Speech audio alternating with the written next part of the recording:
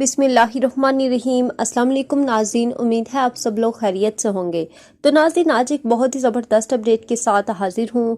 आज आपको एक बहुत बुरी खबर सुनाने जा रही हूँ। अफसोस के साथ कहना पड़ रहा है, पाकिस्तानियों और इंडिया के लिए बहुत बुरी खबर है। तो बुरी खबर क्या है कि अब जो है पाकिस्तानी और इंडिया वाले जो मुलाजमत करे हैं सऊदीया में, अब उनको निकाला जा रहा है। वहाँ पे सऊदी अरेबिया के जो लोग हैं उनको रखा जाएगा।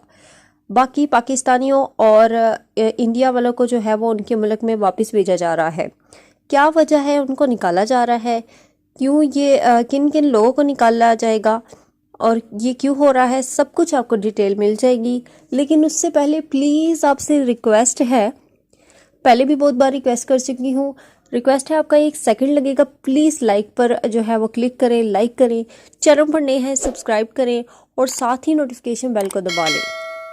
नाज़रीन, सबसे पहले बात कर लेते हैं किन लोगों को निकाला जा रहा है और क्यों निकाला जा रहा है। पाकिस्तान और इंडिया वालों को जो है वो निकाला जा रहा है मुलाजमत से, क्योंकि सऊदी अरेबिया में बहुत ज़्यादा पाकिस्तानी और इंडिया काम करना शुरू हो गए थे, तो इसी वजह से उनको निकाला जा रहा है। तो सऊदी अरेबिया हुकूमत ये चाहती है कि उनके जो नौजवान हैं उनको रोज़गार मिले, इसलिए उन्होंने पाकिस्तान और इंडिया वाले जो लोग हैं, काफ़ी ज़्यादा जो लोग हैं उनको निकाल दिया है।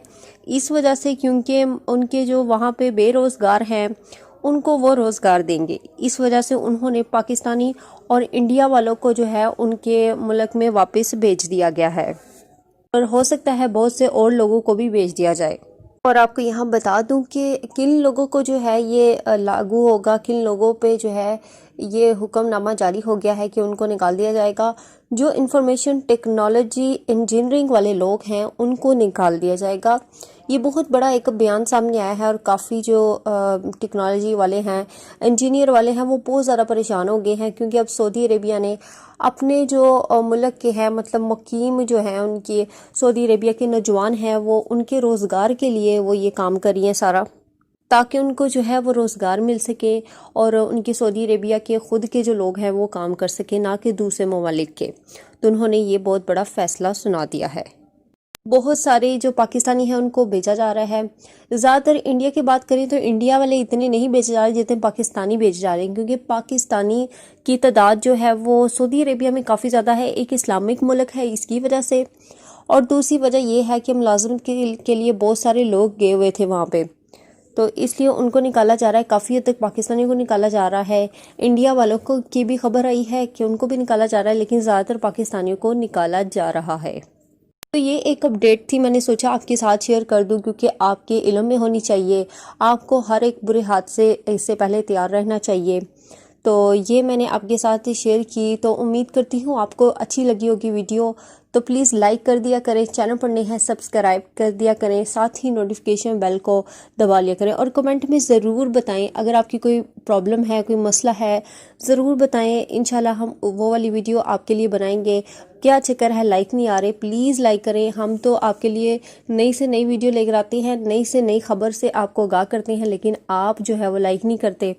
इतनी मेहनत से हम वीडियो बनाते हैं, तो प्लीज़ लाइक करें, चैनल पर नए हैं सब्सक्राइब करें, मेहरबानी करें और साथ ही नोटिफिकेशन बेल को दबा लें।